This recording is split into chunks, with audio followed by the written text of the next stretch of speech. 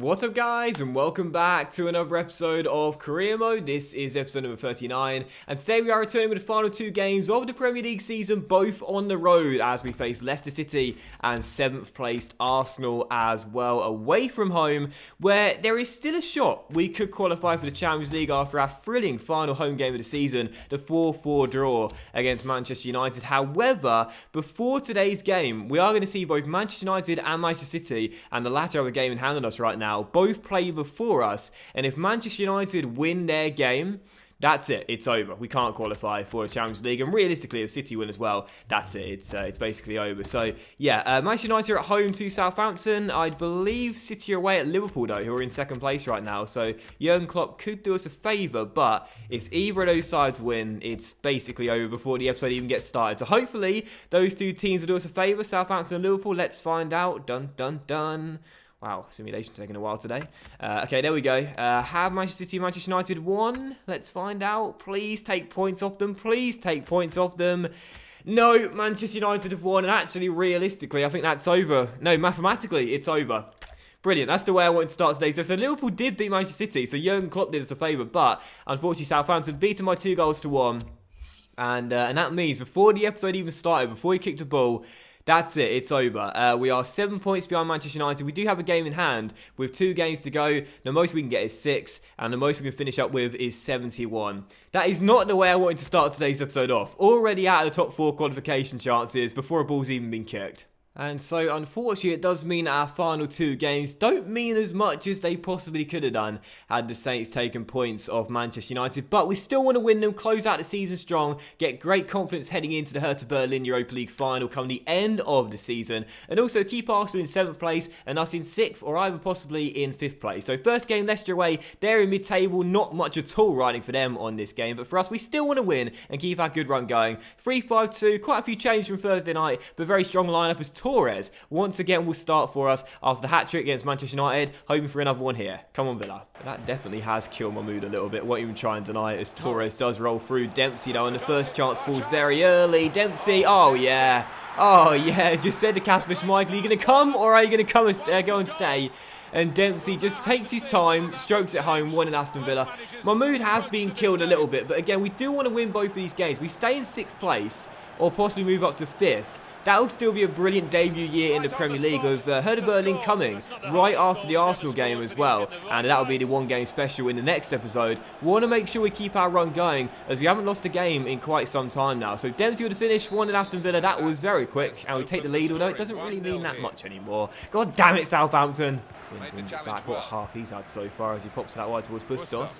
And I'll try and pick him out there as he continues to run, but instead it will drop to Kodjia, who heads it in. And it wasn't my designated target, but it works out just the same. Jonathan Kodjia having a brilliant end to the season. Flicks on the long ball over Schmeichel, 2-0 Aston Villa, half an hour in. It's been a brilliant first half an hour. I guess we're just playing without pressure now, and you're seeing the results. Bustos lifts it in, and that was meant for Dempsey, but Schmeichel's positioning, very poor. Kodjia punishes him. That's for the 2nd time today, and it gets his 7th of the year. Leicester 0, Aston Villa 2, playing for a new contract, Jonathan. And I must say, based on his end of season form, he's definitely going to get one at this rate. 2-0. Carvicus into Fabian Delph. And Delph to Clint, and now through to Barkley. And Torres trying to get his skates on here as he wants to extend his fantastic end-of-season goal-scoring form.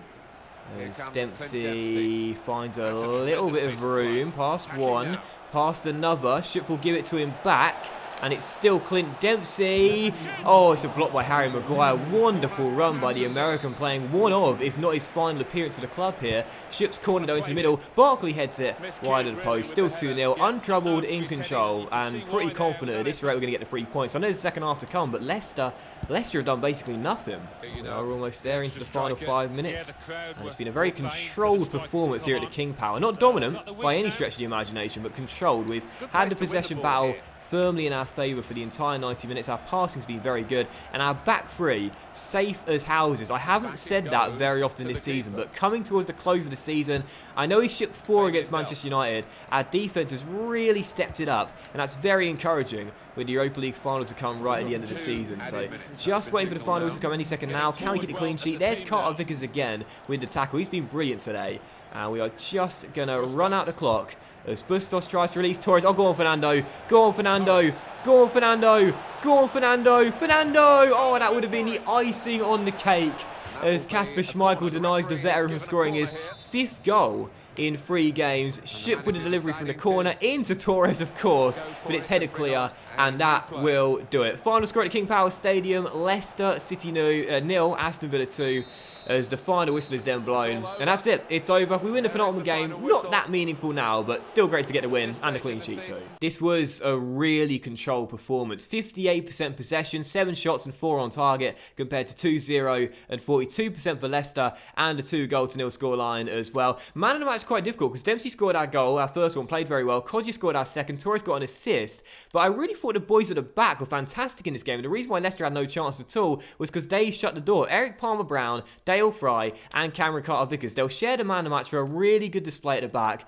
And that's it then. We win our penultimate game. Again, doesn't really mean that much, but it does mean we can't finish any lower than 6th to end the season. And for our debut in the Premier League, that's very impressive. Oh, and I've just simulated in the calendar to the Arsenal game, and you may have just seen it in the brief email inbox there, as Manchester City are now 1 point behind Manchester United.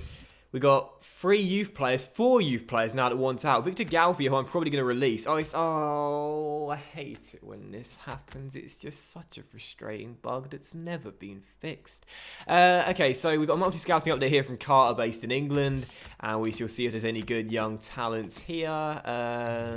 Continue scouting on him. Continue scouting on him. Continue scouting on him. Whether the overall's going to be very poor. We'll reject him. We shall definitely reject him.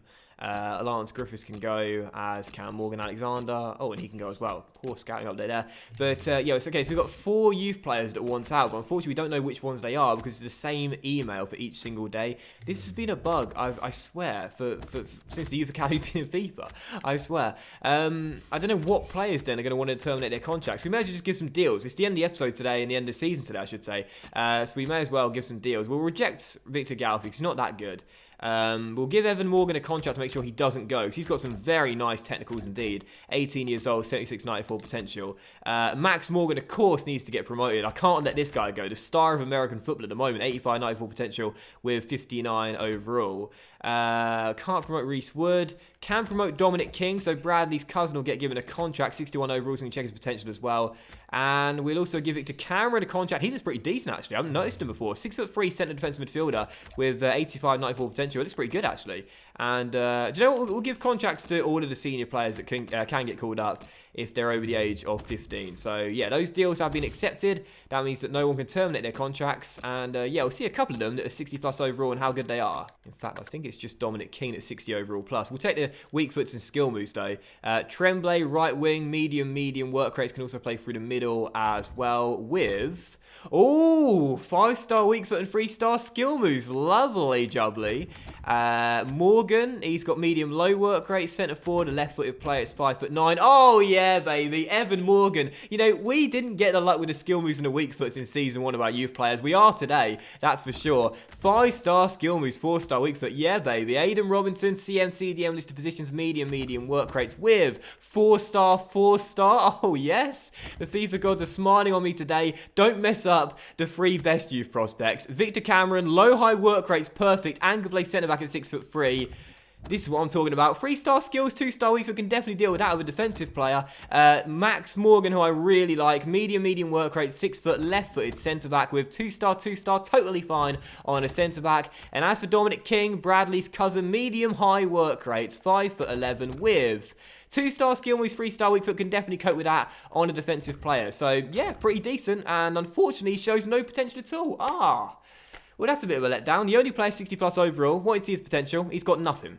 Not quite as good as Bradley then. So as we move into the second and final game of today's episode, and the final game of the Premier League season as well, we do need to take on Arsenal away at the Emirates Stadium with 6th place secure. But if we win this game and Manchester City lose, then we will jump into 5th place, and that will be absolutely fantastic to end the season off. And funnily enough, Manchester City's final opponents on the final day, Manchester United, 1 point separating the 2 Manchester clubs heading into the final game of the season. Who is going to miss out on the top 4 this season? But our team for the game is is really, really weak. We've got Hertha Berlin Europa League final in just 3 days' time. And my goal today is just to make sure no one's injured or tired for it. So Arsenal playing a 5-2-3, very good side with a threatening front trio of Sanchez, Martins and Lacazette. Our team, absolutely awful. What even bother running you through the lineup? Anyway, second and final game, it's Arsenal. Let's see if we can still finish in 5th place and shock Arsenal and get a win. So first chance falling to Arsenal, as you would expect, with a far better team out there. Coquelin finds Lacazette, and Golini did well to keep hold of that ball there.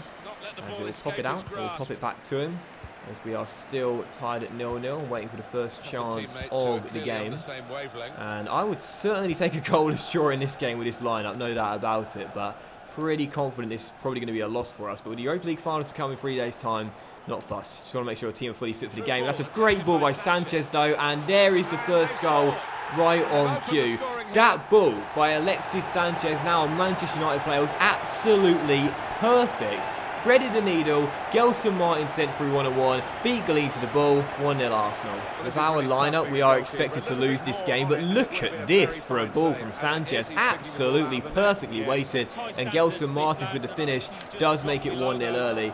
Yeah, expected to lose the game, not really fussed either way, but that's still not the start I wanted. First highlight, resulting in a goal getting conceded. Come on Aston Villa, pick it up, we can still get something. El Neni to Coquelin, and right now just can't get the ball off Arsenal. We've dominated the possession battle in our last 2 games. Right now, as you expect, the Gunners in full control right now against a really weak Aston Villa team. And as they go in search of a second, Lacazette will take it round Tyler Adams. Find Alexis Sanchez, who got the assist for the first and almost did get the second himself. His shot hits the post. Adams tries to get it clear. Henry then gets it away, and Aston Villa escape. If Arsenal really want to get revenge on us in this game after our big win on the opening day, they can do so. They are looking so much better out there. To El Neni. And now Sanchez finds Hector Bellerin. The chance here for the Gunners to go 2 goals up. Rico Henry sent walking across the middle. Collins, good defending. Gets it away, and maybe a chance on the break here for Aston Villa as Hepburn Murphy finds Tremblay, gets it back. He's got Joel Turner with him.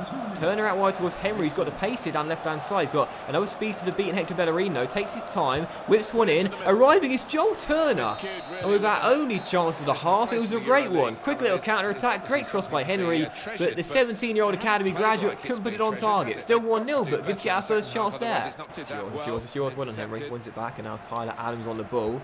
Pokes it through to Henry. This kid's got the speed, as we know, and he cuts inside and shoots, and Tessian Sommer. Go on, Turner. Win that. No, Manolas heads it behind for a corner, and it's still 1-0. To be fair, Rico Henry's been our brightest spark on the pitch today, as we're still currently trailing by 1, and Shabola's acrobatic effort almost went behind him as he goes out for a throw, and he's injured as well. That is not how Shabola, who I gave the armband to on the final day, as his final appearance for the club, wanted to end his Aston Villa career. Stretch is coming on, and he's coming off. And this is exactly why I was going to play none of my first team players, or even bench players, or even fringe players that might make the bench on the final day of the season. If we were to have any of our key players missing for the Europa League, because I played them in this game and they got injured, I would not forgive myself. On comes Griffith Shabola off, final appearance for the club, and he gets injured.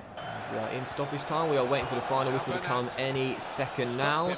And there it is, right on cue. Final score at the Emirates Stadium on the final game of the season. Sad to end with our loss, and our first loss of May as well. Not that it matters that much, but it does guarantee we'll finish in 6th place as Arsenal remain in 7th. So final score 1-0. Not a great game, but we expected to lose, and we did. It was a poor game, really, all things considered, but it's kind of interesting because both teams knew coming to the final day the result means nothing, and we've both got bigger fish to fry. We've got the Europa League in 3 days' time. Arsenal have got a Champions League final in 2 weeks' time against Bayern Munich. So both teams sort of had their eyes and their minds focused on the future. So one of the final score, I thought Rico Henry for us played very well down left-hand side. You won't get man of the match. I'll give it to the goal scorer Gelson Martins in what was quite a poor performance all round from both teams, but again, that can be forgiven when you think about what's to come for both sides. So final score at the Etihad Stadium, and Manchester United beat Manchester City by 2-1 to finish in the top 4. Liverpool lost away at Bournemouth, and Spurs beat Chelsea, which means I think that Liverpool have actually missed out on winning the title, and Spurs overtook them on the final day to finish top. Is that right? I'm pretty sure that's right, and it is not right because my maths is absolutely horrible, and no one is surprised. Liverpool are crowned champions of the Premier League. Spurs finished in 2nd, am I ever going to get better at counting single numbers as Chelsea finish in 3rd and Manchester United finish in 4th. Manchester City in 5th, Aston Villa, brilliant debut year, finishing in 6th place with 68 points, and Arsenal finishing in 7th, 2 points behind us. The bottom 3 in the end were Leeds United, Swansea City and Ipswich Town, so the other 2 boys that got promoted with us last season heading back down to the Championship alongside the Welsh club as well. I'm such an embarrassment, my maths is terrible, and that will do it for the Premier League season then. It's over, and I couldn't be happy with our finish this year. The league's highest scorers with 71, conceding 36, a little bit concerning, but all in all, a great debut year back in the Premier League. Yeah, Liverpool had the title wrapped up going to the final day. I didn't realise that. I was more focused on the 4th/5th place battle, because Spurs lost at home to Manchester City. Oh, man, seriously, come on.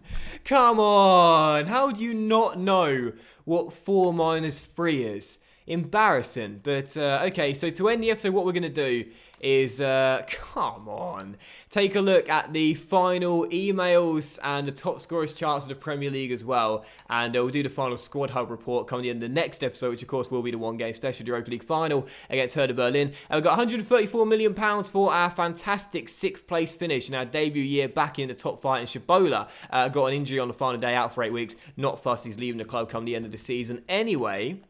And yeah, so what we'll do is take a look at the player of the competition, the team of the competition, and the top scorers as well, and let's find out. So the goalkeeper of the tournament was Jack Butland of Liverpool, helped him get the title, so no wonder he does indeed win the goalkeeper of the tournament as well.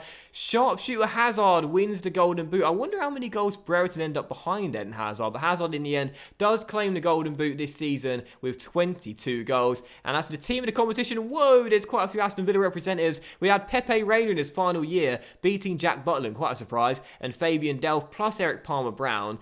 Those 2 definitely deserved. Who else do we get? Schupf and Brereton, I think both were consistent all season long and deserve it as well.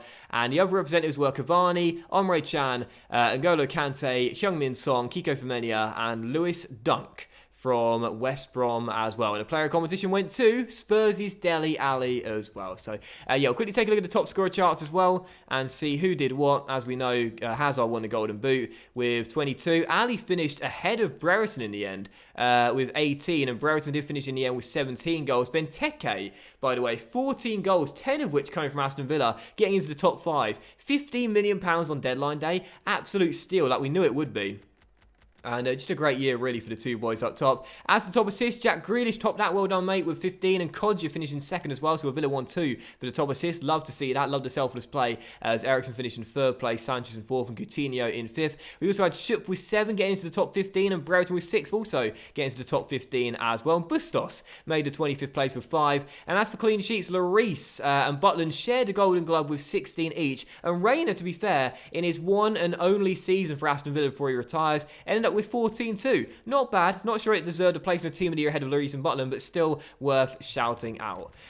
So I think that's going to do it for today's episode then. Career mode will end today, and that will do it. We've got one more episode in the season left, and it is, of course, the Europa League final against Hertha Berlin. That is going to come out tomorrow afternoon. It's going to be a one-game special. It'll be a live Q&A. It should be an awful lot of fun, and I really hope you guys will enjoy the final episode of what happened there? The final episode of the season. So thank you very much for watching the episode, guys. Really hope you have enjoyed it. If you have done, please do drop a like. Much love to you all. Have a fantastic day, and I'll see you for the season finale, the Europa League final against Hertha Berlin, where possibly if we win it, we could qualify for the Champions League, but I'm not too sure. Should be great anyway. Our first European final of the series very soon.